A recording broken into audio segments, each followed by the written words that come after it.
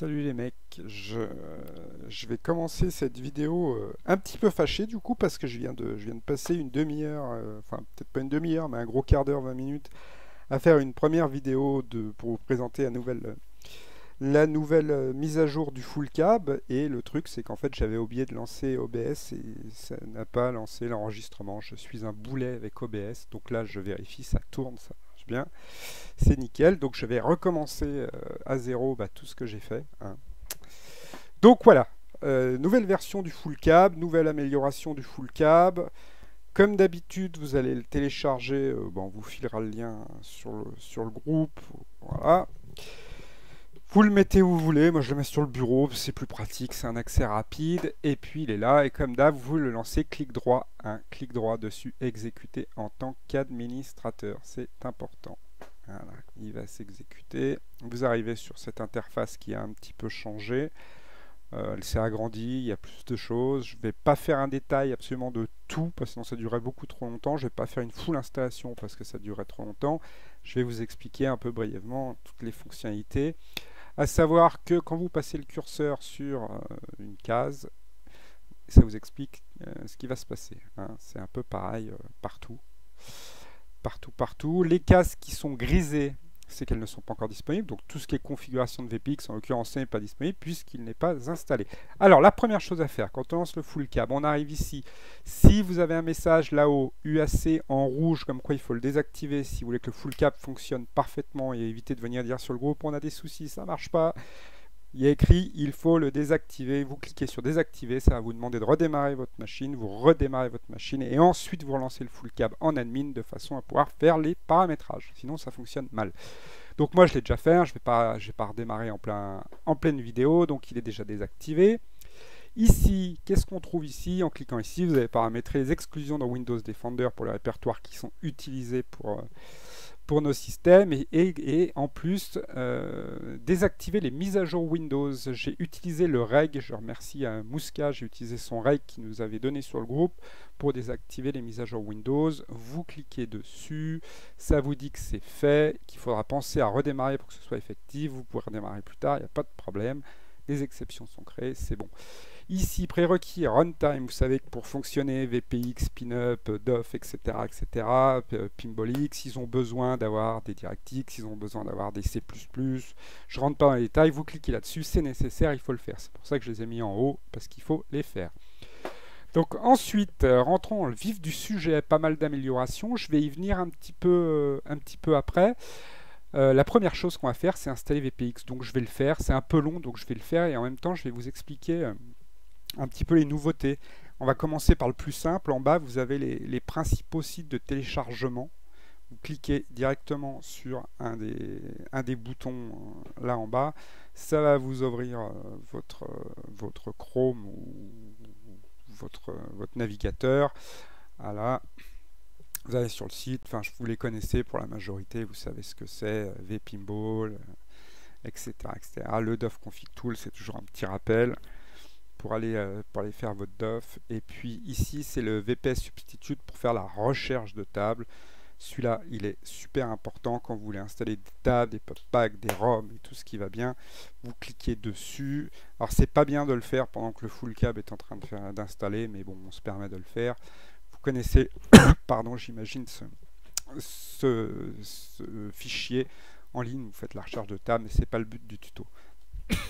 Pardon. Donc VPX continue de s'installer. Qu'est-ce qu'on va retrouver ici? Une section dépannage pour plein de choses qu'on retrouve. Je suis désolé, je coupe le micro quand je m'étouffe. On remarque souvent, j'ai demandé un petit peu l'autre jour qu'est-ce qui vous semblait bien à ajouter dans le full câble. J'ai regardé aussi un petit peu les dépannages récurrents qu'on a et je me suis inspiré de tout ça pour essayer de simplifier des galères en rajoutant cette partie dépannage. Et il y avait déjà quelques trucs dans la précédente version, mais c'était pas super complet. Voilà. J'aurais dû me faire un petit jaune. Tiens. Alors, qu'est-ce qu'on va retrouver? L'enregistrement des COM pour le B2S. Je commence par le bas le temps que VPX s'installe, sinon la vidéo va être beaucoup trop longue. Ici, vous avez des fois vous avez le B2S qui ne s'affiche pas, qui ne fonctionne pas, vous avez des erreurs au lancement.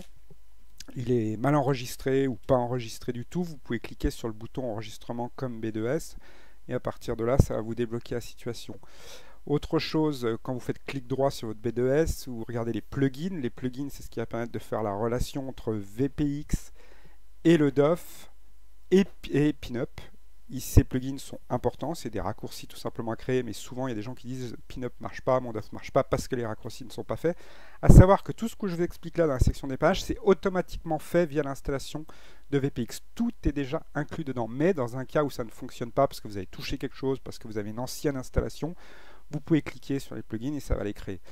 Les DLL, elles sont déjà débloquées, pareil, avec toutes les installations du dessus, mais si vos DLL ne sont pas bloqués, il peut y avoir que, il se relance pour valider l'installation, il peut y avoir que des DLL sont encore bloqués, ça coûte rien, ça mange pas de pain, on clique dessus, ça les débloque et ça arrange des situations. On a eu l'autre jour le cas avec Edouard qui était bloqué avec ça, et on a pu le démerder avec ça.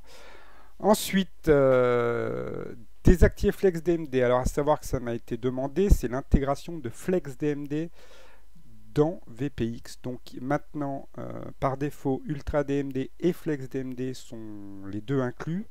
Un seul est utile. Par défaut, c'est UltraDMD qui est activé, mais si vous voulez utiliser le FlexDMD, vous allez cliquer sur configurer FlexDMD et ce sera lui maintenant qui prendra le relais pour avoir les DMD sur des tables nécessitant de base de UltraDMD. Si vous vous dites que vous avez fait une erreur, vous n'auriez pas dû le mettre, vous faites désactiver FlexDMD, ça le désactive. Voilà, tout simplement. Ensuite, on va retrouver désinstaller Pinup et désinstaller VPX, donc ça c'est classique. On va retrouver configuration Equalizer Apo pour le SSF-V1 et pour le SSF-V2. Donc ici, vous avez tous les logiciels qui sont nécessaires au PinCab, Equalizer Apo. Il est là, il va vous permettre de bonifier le son de votre SSF en rajoutant des courbes. Une fois qu'il est installé, vous avez un tuto, donc le T pour ceux qui ne l'avaient pas vu. Le T à côté de chaque catégorie, c'est pour renvoyer vers les tutos correspondant aux logiciels qui sont à côté. Voilà, tout simplement. Si vous avez installé Equalizer Apo, vous avez le SSF, vous avez un SSF V1, vous allez cliquer sur là, ça va vous copier une configuration pour le V1. Si vous avez un SSF V2, vous allez copier la configuration qui est ici. En fait, c'est déjà des pré-réglages que j'avais déjà partagé à pas mal d'entre vous en message privé. Si vous n'avez pas envie de vous embêter à tout faire à la main, vous pouvez commencer à partir sur ces configurations qui sont là et tout va fonctionner pour le mieux. Pinvol, pour ceux qui ne connaissent pas, c'est un petit logiciel qui vous permet de régler le son de vos PinCab, de mettre le night mode, enfin de régler les sons de chaque table indépendamment, de régler le son du night mode, etc. Mais pareil, je ne vais pas tout détailler ici, c'est pas le but, vous avez les tutos qui sont ici. SumpSSF, pareil, c'est nécessaire à mon sens de l'installer quand on a le SSF, ça rajoute plein de choses, ça permet de gérer des cours, vous cliquez dessus, il s'installe. Tout simplement, rien de particulier, il va installer un DirectX en même temps que je n'avais pas intégré dans les runtime qui est nécessaire juste pour lui, donc on va le laisser faire. Pin2DMD Master, vous connaissez, c'est pour ceux qui ont des Pin2DMD. PinSound Studio, c'est pour modifier les sons, enfin pour ne pas utiliser les sons de la ROM mais avoir des sons différents, souvent améliorés. Pareil, vous avez les tutos en cliquant sur le T. ST-Link C driver pour le Pin2DMD, c'est marqué dessus. Il se relance qu'il a terminé l'installation de SumpSSF. Ça se présente comme ça. Vous pouvez choisir vos courbes, voilà. Vous pouvez faire plein de trucs. Pareil, je vais pas m'attarder dessus. Tac. Alors, qu'est-ce qu'on va retrouver d'autre? On va retrouver d'autres Pinscape tuto. Tout le monde connaît Pinscape pour utiliser AKL25, toute la config ici. Vous avez également sur le laboratoire d'Arnos, mais on va y venir après. Voilà, donc pour revenir ici, maintenant que mon VPX est installé, qu'est-ce que je vais faire? Je vais configurer mes écrans. Donc je clique là-dessus. Là, je vais sélectionner mon playfield. Si je suis en 4K, 3840 par 2160, peu importe, je ne sais pas. Vous mettez votre résolution 1920 par 1080. Vous avez un backglass, c'est le numéro 1, le numéro 2, le numéro 3 dans Windows. Vous sélectionnez l'écran ici. Vous lui dites quelle résolution il fait. Moi, en l'occurrence, je suis sur un écran seul, je n'en mets pas. Je ne sais plus ma résolution, 2160, 1440, je crois. Je suis en 2K. Pardon. Si vous avez un écran LCD pour le backglass, vous pouvez le mettre ici également. vous validez en cliquant là-dessus. Ça c'est bon. Le lien vers le tuto en cliquant sur le T comme tuto. Ici, la configuration de votre fichier dmddevice.ini, c'est lui qui va faire la relation de la ROM, du DMD et tout. Pas grand chose à faire si ce n'est de lui dire j'ai un pin to DMD, je clique là, et en fait non, moi j'ai pas de pin to DMD, je clique là sur LCD. Voilà. Ultra DMD, comme je l'ai dit tout à l'heure, si vous voulez utiliser Ultra DMD, vous cliquez là, vous le positionnez là où vous voulez, vous lui mettez la couleur que vous avez envie, vous quittez, c'est sauvegardé, c'est bon. Si vous voulez pas utiliser Ultra DMD, vous cliquez sur Flex DMD. Apparemment, on me dit que c'est mieux, je ne l'ai pas utilisé, je ne sais pas, mais en tout cas, il est là, il est actif. Et comme ici, il est automatiquement chargé via la DLL Freezy 1.8, il n'y a pas de configuration spécifique à faire. Vous cliquez tout simplement dessus et il s'en sert. Donc maintenant qu'on a installé VPX, pas grand chose de plus à faire, je pense que ça doit déjà marcher. On va aller essayer. On va essayer, j'ai préparé vite fait une table pour faire une démonstration rapide. Hop, hop, je copie la table, le backglass, le même nom pour les deux, sinon ça marche pas. Je copie la ROM, je l'avais préparé, c'est pratique. Et à partir de là, je lance mon VPX, je vais fermer, parce que comme c'est la première fois que je le lance, je vais vérifier que j'ai bien sélectionné la taille de mon playfield, 2560-1440 en 60 Hz, oui. Là, je ne suis pas en mode cabinet, puisque je suis sur mon PC de bureau. J'ai des petits réglages que j'aime bien, je les mets là. Pardon. Je ferme pour valider, je le relance. Je lance ma table et elle doit être jouable. Donc vous voyez juste, donc c'est la première fois que je le lance. La test version, ok, il vous embêtera plus maintenant que vous avez validé. Et voilà, tout simplement, Mince, j'ai cliqué sur quoi? Je mets des crédits. Gentlemen, start your engine. Je quitte. Voilà, configuration de base, hein, toute simple, j'ai rien fait de plus, mais en tout cas c'est pour montrer que c'est fonctionnel en quelques clics. Voilà pour la partie VPX. Ensuite pour la partie Pinup, je vérifie mon OBS qu'il enregistre toujours, j'ai pas envie de tout recommencer une deuxième fois. Ma partie Pinup, je vais pas installer, c'est trop long. Je clique sur Pinup, il va m'installer tous les fichiers nécessaires, player et popper, donc le Pinup full system. Une fois que ceci ce sera fait, vous cliquerez directement droit derrière sur configuration des écrans Pinup. Ici, vous cliquez sur le tuto. Vous avez tout ce qu'il faut pour le tuto pour paramétrer les écrans Pinup, hein, tout simplement. C'est vraiment très simple. Pardon. On m'a demandé de mettre également Pimbolix. Pimbolix, voilà, il est là. Installation de Pimbolix. Version 4.87, qui est la dernière version que j'ai trouvée en ligne. Je ne le connaissant pas, je ne l'ai absolument pas paramétré. J'ai fait simplement une installation basique. Vous cliquez là-dessus, il va lancer le setup de base et il va s'installer. Après, tout ce qui est paramétrage, vous allez cliquer sur le T de tuto, ça va vous renvoyer vers la configuration. Je n'ai rien fait, je ne sais pas comment ça fonctionne.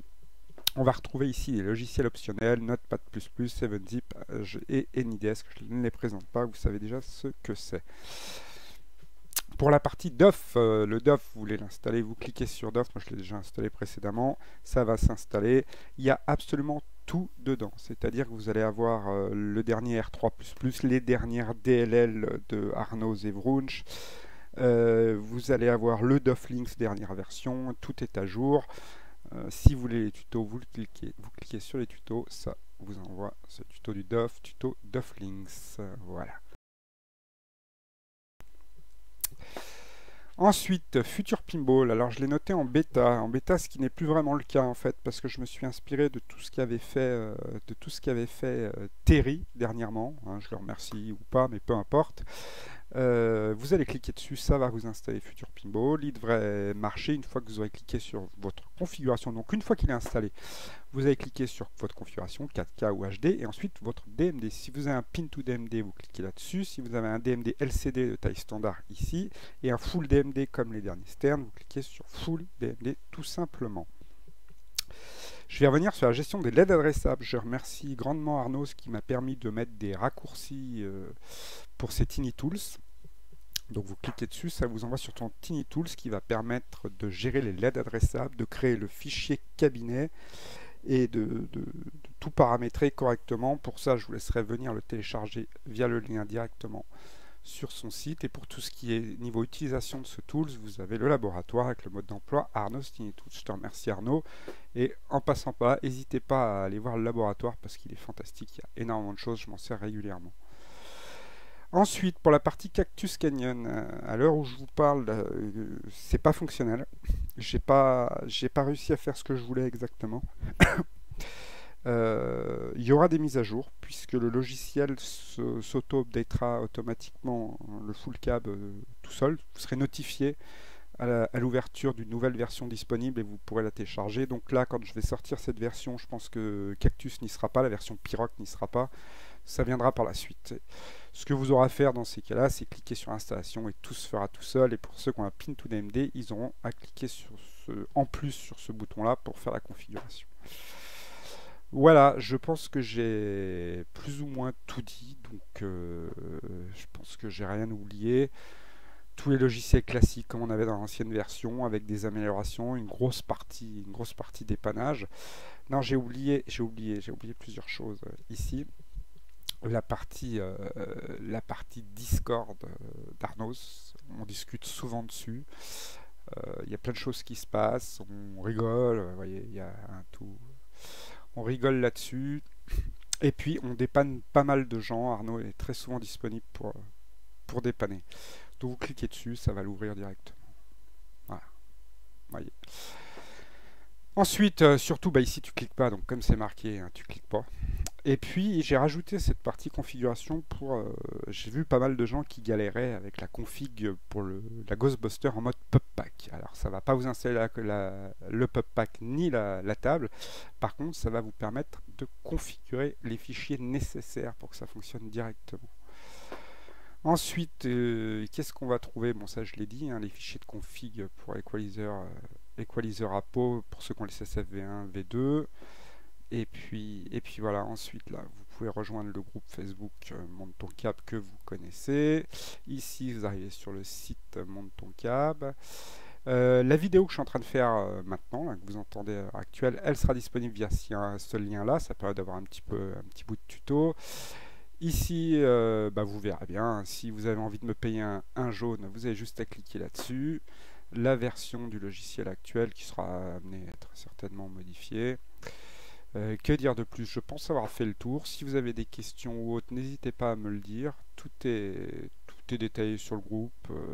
Et puis, quand vous laissez passer le curseur dessus, hein, ça vous dit ce qui se passe. Faut pas hésiter à s'en servir. Si vous avez des choses à faire remonter pour des évolutions, n'hésitez pas à le dire en plus. Et voilà. Et je vous remercie de m'avoir écouté. Le logiciel sera disponible d'ici ce week-end. On est vendredi, oui, d'ici ce week-end, je pense. En tout cas, c'est une première version qui sera certainement encore améliorée. Salut les mecs!